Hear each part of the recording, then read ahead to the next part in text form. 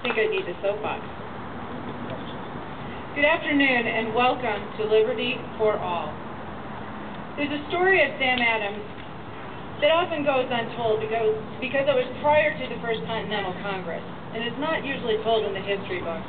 It was during a time when the British soldiers were roaming the streets of Gadsden, and Sam Adams was stirring discontent among the colonists and demanding that the soldiers be removed. He had become such a threat that Governor Gage of Massachusetts accused him of treason and told him that by changing his political course, he would not only receive great personal advantages, but he would make peace with his king, the King of England. To this threat, Sam Adams replied, "I trust that I have long since made peace with the King of Kings. No personal consideration shall induce me to abandon the righteous cause of my country."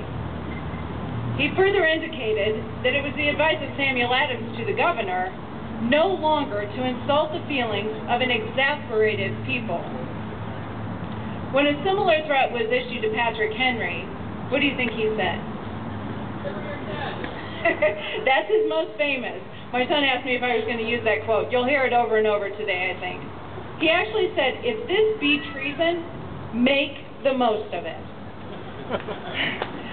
I have to believe that was the Old English version of saying, "Bring it on." Yeah. The founders of this nation understood the value of liberty. They understood it because they knew what it was to live without it. It was men such as these, brave and courageous men and women, who without power, without official titles, without military strength or funding, dreamed of freedom and led the charge to establish a liberated nation. It was men and women such as these that risked being hanged for treason to stand up for what they believed in, and what they believed in was liberty for all. The United States was established upon the principle of liberty for all. Our founding fathers were revolutionaries. They believed that when a people are given the freedom to pursue their own interests, that society will thrive and prosper. Our founding fathers were radical in their belief that all were created equal. Not necessarily in ability or talent, but that we are all equal before the law. And as equals in a free society, we all have the right to life, liberty, and the pursuit of happiness. We are not just Christians, atheists, Buddhists, Muslim, or Jewish. Did I miss anybody? Scientologists, pagans. We are not just conservatives or liberals. We are not just pro-life or pro-choice. We are first and foremost Americans.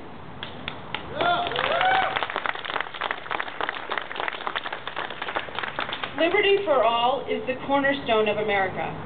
It is so deeply embedded in our psyches that it has become an absolute truth in our hearts and in our minds. And we are a nation whose strength depends upon personal responsibility and individual freedom. Freedom to pursue a business without interference, freedom to worship as we please or not at all, freedom to assemble as we are assembled here today, freedom to defend ourselves from those who would harm us, freedom to speak our minds, and freedom to succeed in our own style and in our own way. With these freedoms comes the responsibility to use them wisely, and to respect, in turn, the right of others to make use of those freedoms as they choose, even though sometimes we might disagree.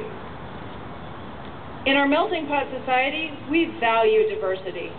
The concept of tolerance is our creed, and acceptance our motto. We honor other cultures and we respect other ways of life. This is our strength. The fact that we truly believe in our hearts that liberty is indeed meant for all. But I caution you that we must draw the line in our tolerance when our individual freedoms are threatened. To anyone who threatens our freedom, we must not be tolerant.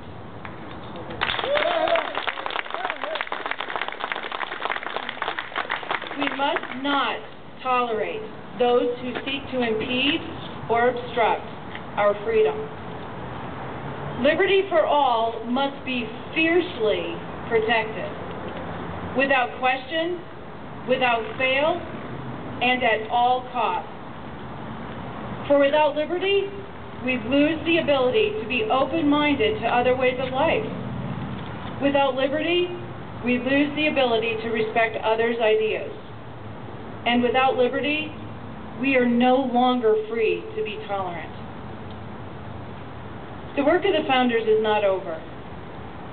The protection of liberty begins with us as individuals, watching over our own freedom. I recently read Adam Schrager's book, The Principled Politician, the story of former Governor Ralph Carr, who led Colorado at the end of the Depression. On the cusp of World War II, he said, "I maintain that as long as there persists in this world a nation of thinking human beings, where men have the right to gather in public assembly, to voice their individual opinions without fear, and where he is protected from attacks by any man or group of men, so long as he does not use his rights to injure others, then there is hope." I recently saw a bumper sticker that said, "Home of the free, because of the brave."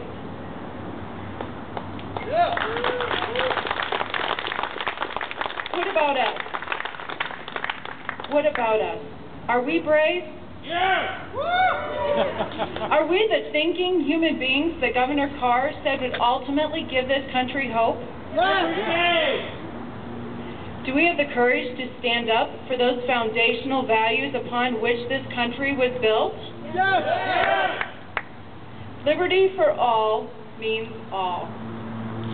And today, unfortunately, our liberty is under threat. If individual freedoms are encroached upon, whether by radical terrorists or by government mandates, then little else will matter, as our freedom to oppose will have been thwarted. If we allow our individual freedoms to be whittled away, we will eventually lose them altogether. Former Congressman Bob Schaefer once said, "Weakness threatens freedom." Let us not be weak in defending our liberty.